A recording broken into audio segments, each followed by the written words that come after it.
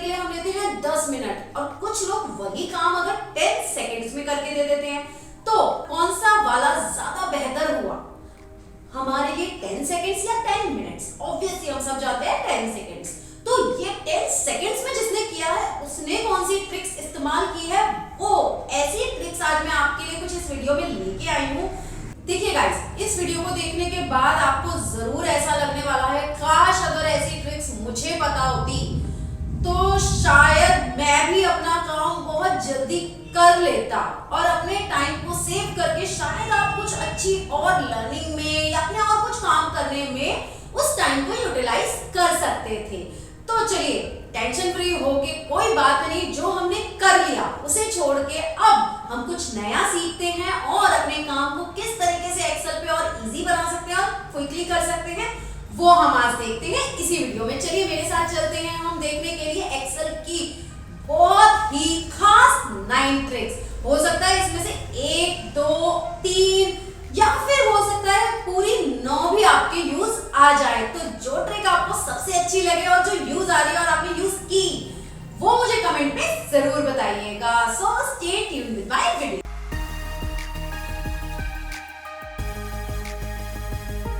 So my first trick is filter based cell values। देखिए, हम सभी अपने डेटा में फिल्टर करते हैं और फिल्टर करने के लिए जनरली सभी लोग जानते हैं कि हम लोग सेल्स को ऊपर हेडर को सेलेक्ट करके Ctrl+Shift+L प्रेस करते हैं एंड देन फिल्टर लगाते हैं डेटा में।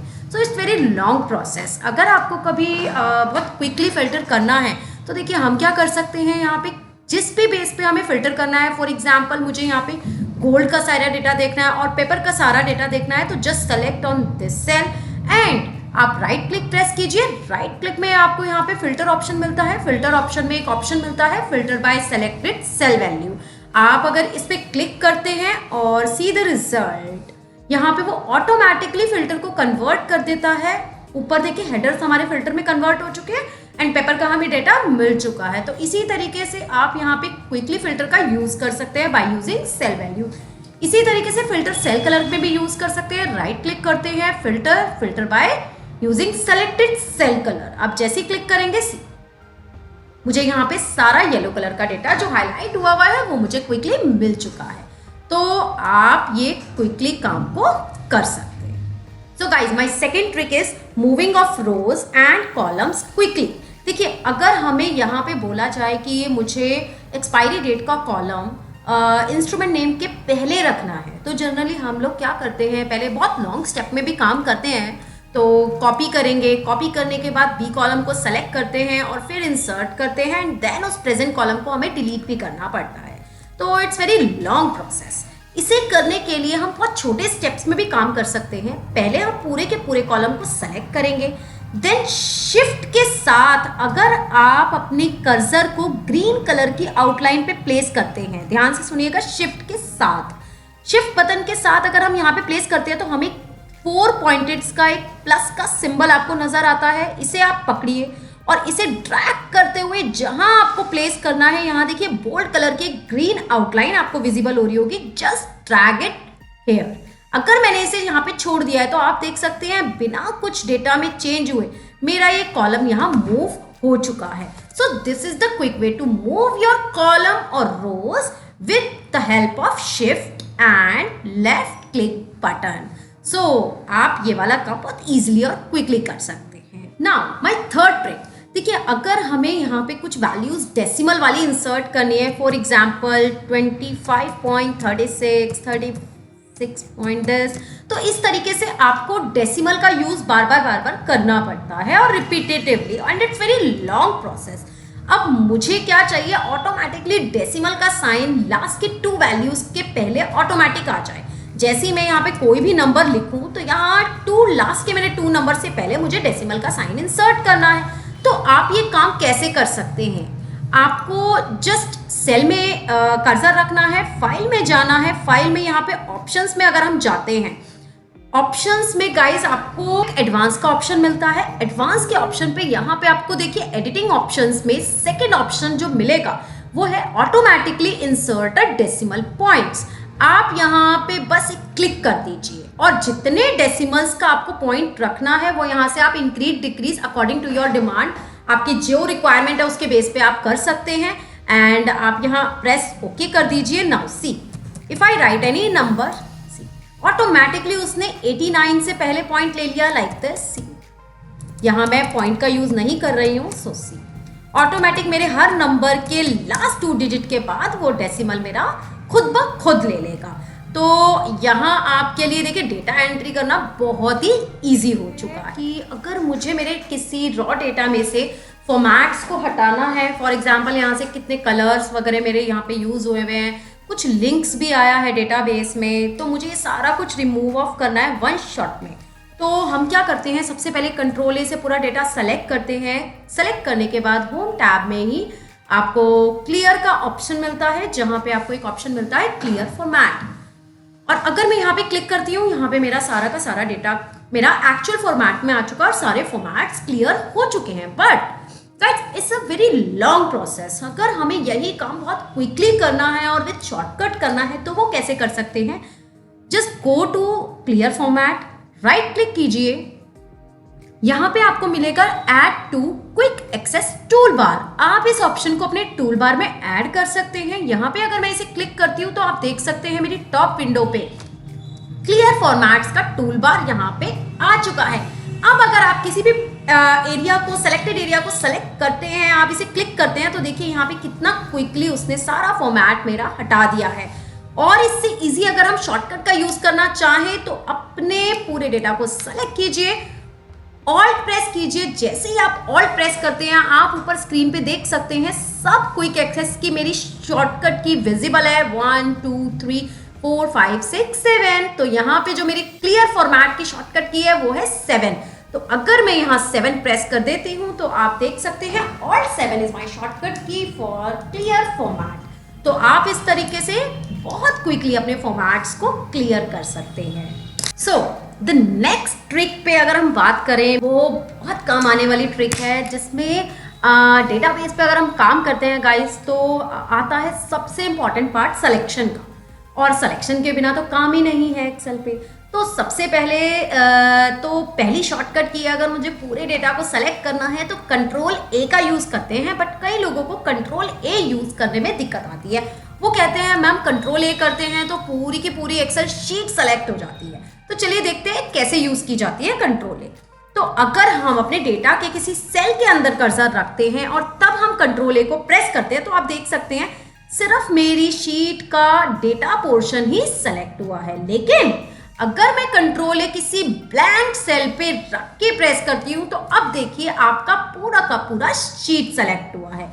तो अगर आपको पर्टिकुलर डेटा को सेलेक्ट करना है तो गाइज आपको कंट्रोल ए डेटा के अंदर रख के प्रेस करना है। नाउ द नेक्स्ट प्रॉब्लम आती है, अब मुझे पूरा डेटा नहीं सेलेक्ट करना है, मुझे कुछ पर्टिकुलर कॉलम को ही सेलेक्ट करना है। For example I want to select symbol column, मेरा पूरा नीचे तक मुझे सिंबल कॉलम सेलेक्ट करना है। तो अब कई लोग नॉर्मली ड्रैग करके माउस से हम इस तरह से कुछ सिलेक्शन लेते हैं और कोई हमारे पास ऑप्शन नहीं है।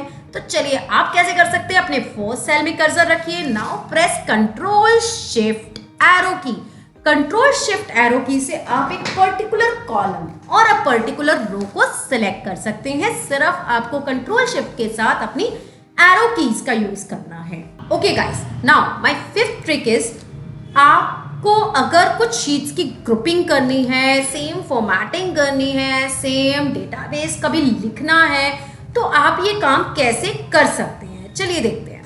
लेट्स से मेरे पास 3 शीट है यहाँ पे, शीट 1, शीट 2, शीट 3, तीनों पे मेरे पास डेटाबेस है इस समय, और मुझे सेम फॉर्मेटिंग एडिटिंग तीनों शीट पे करनी है एट वन शॉट। तो अब आप जनरली सोचिए, अगर मुझे पहले मैं इस शीट पे कलर ऑप्शन दूंगी, लाइक अगर मैं इस पे रेड कलर अगर देती हूँ, तो सेकेंड शीट पे भी मुझे जाके सेलेक्ट करके वही प्रोसेस करना पड़ता है और वो शायद बहुत टाइम लेता है। अगर मुझे एक डेटाबेस की रिपोर्ट तैयार करनी है और मैं चाहती हूँ वो सब पे क्रिएट हो जाए, तो शायद बहुत काम आसान होने वाला है, राइट। तो चलिए कैसे होता है वो प्रोसेस देखते हैं। हमें क्या करना है, हमें फॉर्मेटिंग देने से पहले हमें तीनों शीट्स को सेलेक्ट करना है बाय प्रेसिंग कंट्रोल की। अब कंट्रोल की से मैंने तीनों शीट्स को एट अ टाइम सेलेक्ट कर लिया है, और अब अगर मैं यहाँ पे इस शीट में कुछ भी काम कर रही हूँ, फॉर एग्जाम्पल हम थोड़ा सा काम कर लेते हैं यहाँ पे पहले, और फिर हम चेक करेंगे। और यहाँ पे हम कुछ इसको भी फॉर्मेटिंग दे देते हैं लाइक दिस, एंड हम यहाँ पे इन वर्ड्स को भी कुछ फॉर्मेटिंग दे देते हैं लाइक दिस। और अब हम क्या करने वाले हैं, इसका ग्रिड लाइन हम हटा देते हैं और यहाँ पे हम ऑल्ट इक्वल टू से टोटल चाहते हैं, और हम टोटल करने के लिए एंटर कर देते हैं। शॉर्टकट की टोटल की हमारी होती है ऑल्ट इक्वल टू। सो हमने यहाँ पे ऑल्ट इक्वल टू से इसका टोटल निकाल दिया है, और सेम हम आगे सबका निकाल देते हैं इस तरीके से।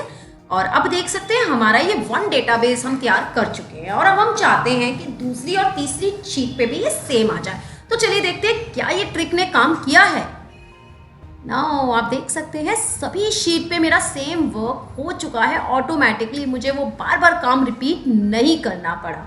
सो this is grouping of sheet. आप कुछ भी काम तीनों शीट को सेलेक्ट करके करेंगे तो वही सेम काम आपका तीनों शीट्स पे हो जाएगा।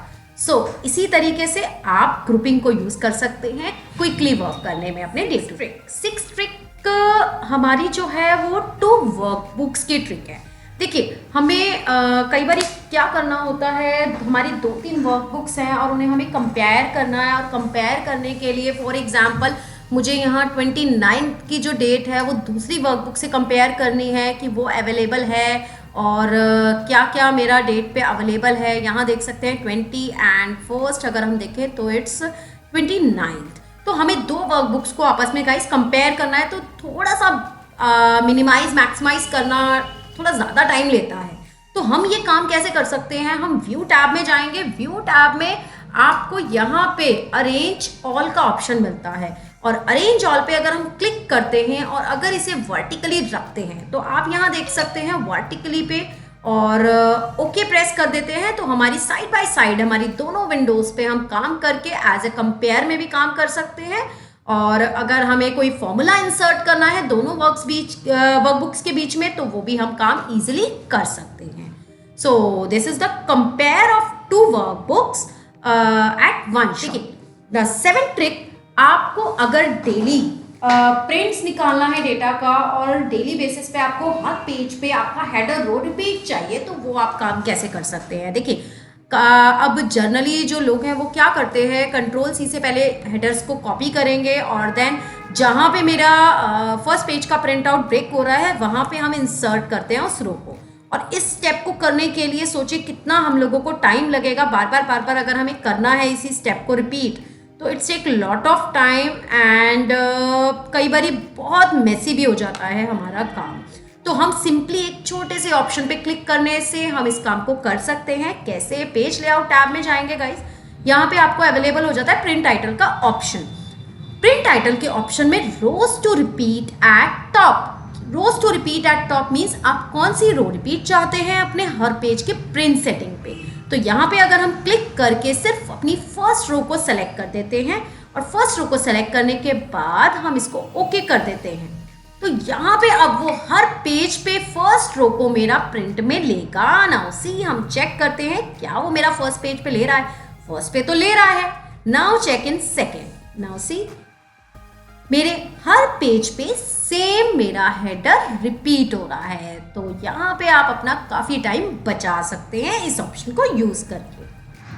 सो गाइस, मेरी 9th ट्रिक जो है वो ट्रिक है कि आप यहाँ पे इस डेटा में देख पा रहे हैं कॉमा भी लगा है, और मुझे ये एक ही सेल में फिट करना है बट विदाउट कॉमा। और हर कॉमा के बाद जो भी मेरा टेक्स्ट है और अल्फाबेट लेटर कुछ भी है वो मेरा नेक्स्ट उसी सेल में नीचे आ जाए रैप टेक्स्ट के थ्रू। तो वो कैसे हम रिप्लेस कर सकते हैं। सो अब ये अगर मैं कुछ आपको इस तरीके से लिख के दूँ, फॉर एग्जाम्पल हम सेकेंड वन को लिखने के लिए ट्राई करते हैं, तो अगर हम यहाँ लिखने बैठेंगे तो आप खुद ही देख सकते हैं कि मुझे ही कितना टाइम लगने वाला है इसे लिखने में। और अगर मैं ऐसा बहुत सारा डेटा दे दूँ तो शायद बहुत ही लग जाएगा। तो अगर नीचे मुझे कर्सर लाना है, ऑल्ट एंटर प्रेस करते हैं, देन हम नेक्स्ट लिखेंगे कॉमा के बाद, देन हम ऑल्ट एंटर प्रेस करेंगे, देन हमारा उसके बाद दिया हुआ है दिस वन, एंड लास्टली अगर मैं यहाँ पे ये वर्क कंप्लीट करती हूँ तो ये खाली मैंने एक पर्सन का काम यहाँ पे कंप्लीट हुआ है। तो अगर ये मुझे बहुत सारे का करना है तो बहुत टाइम लगने वाला है ना। तो अगर आपको ये काम करना है और क्विकली करना है तो बस कुछ नहीं, कंट्रोल एच प्रेस कर दीजिए। और कंट्रोल एच होता है हमारा रिप्लेस के लिए। हमें क्या रिप्लेस करना है, यहाँ हमें कॉमा को रिप्लेस करना है और उसकी जगह हमने देना है लाइन ब्रेक। लाइन ब्रेक देने के लिए आप खुद मैनुअल टाइपिंग कर रहे थे, तो लाइन ब्रेक देने के लिए अब यहाँ मैनुअल टाइपिंग की जरूरत नहीं है। ऊपर फाइंड वर्ड पे कॉमा लगाने के बाद नीचे आ जाइए और यहाँ भी एक शॉर्टकट की प्रेस कर दीजिए। लाइन ब्रेक की शॉर्टकट की होती है गाइस कंट्रोल जे। जैसे ही आप कंट्रोल जे प्रेस करते हैं, देखिए डॉट यहाँ पे विजिबल होने लग जाएगा, दैट इज लाइन ब्रेक। और जैसे ही आप यहाँ पे रिप्लेस पे क्लिक करते हैं, रिप्लेस ऑल, एंड हम ओके कर देते हैं, क्लोज कर देते हैं। अब यहाँ कहेंगे हमारा तो डेटा ही गायब हो चुका है। नहीं डरिए मत, डेटा गायब नहीं हुआ है। हमें यहाँ क्या करना है, जस्ट रैप टैग को एक बारी क्लिक करना है। ऊपर से रैप टैग्स पे क्लिक करने के बाद फिर हम अगर रैप टैग्स करते हैं तो अब यहाँ आप देख सकते हैं हमारा डेटा कितना क्विकली लाइन ब्रेक में हमारा कन्वर्ट हो चुका है। तो आप कुछ इस तरीके से लाइन ब्रेक का यूज कर सकते हैं रिप्लेस में जाके। सो अगर गाइस आपको मेरी 9 की 9 ट्रिक्स अच्छी लगी हैं और इन 9 ट्रिक्स में से आपको कौन सी वाली ट्रिक सबसे अच्छी लगी, कौन सी आपके लिए यूजफुल रही, वो आप मुझे ज़रूर कमेंट में बताइएगा। और अगर आपको मेरी वीडियो पसंद आती है तो लाइक शेयर कमेंट ज़रूर कीजिए। अगर आप न्यू यूज़र हैं तो सब्सक्राइब भी कीजिए और इसी तरीके से हमारी एक्सेल लर्निंग को और कंप्यूटर जो भी हम सॉफ्टवेयर्स पे नॉलेज दे रहे हैं उसे देखते रहिए। सो बाय, थैंक यू।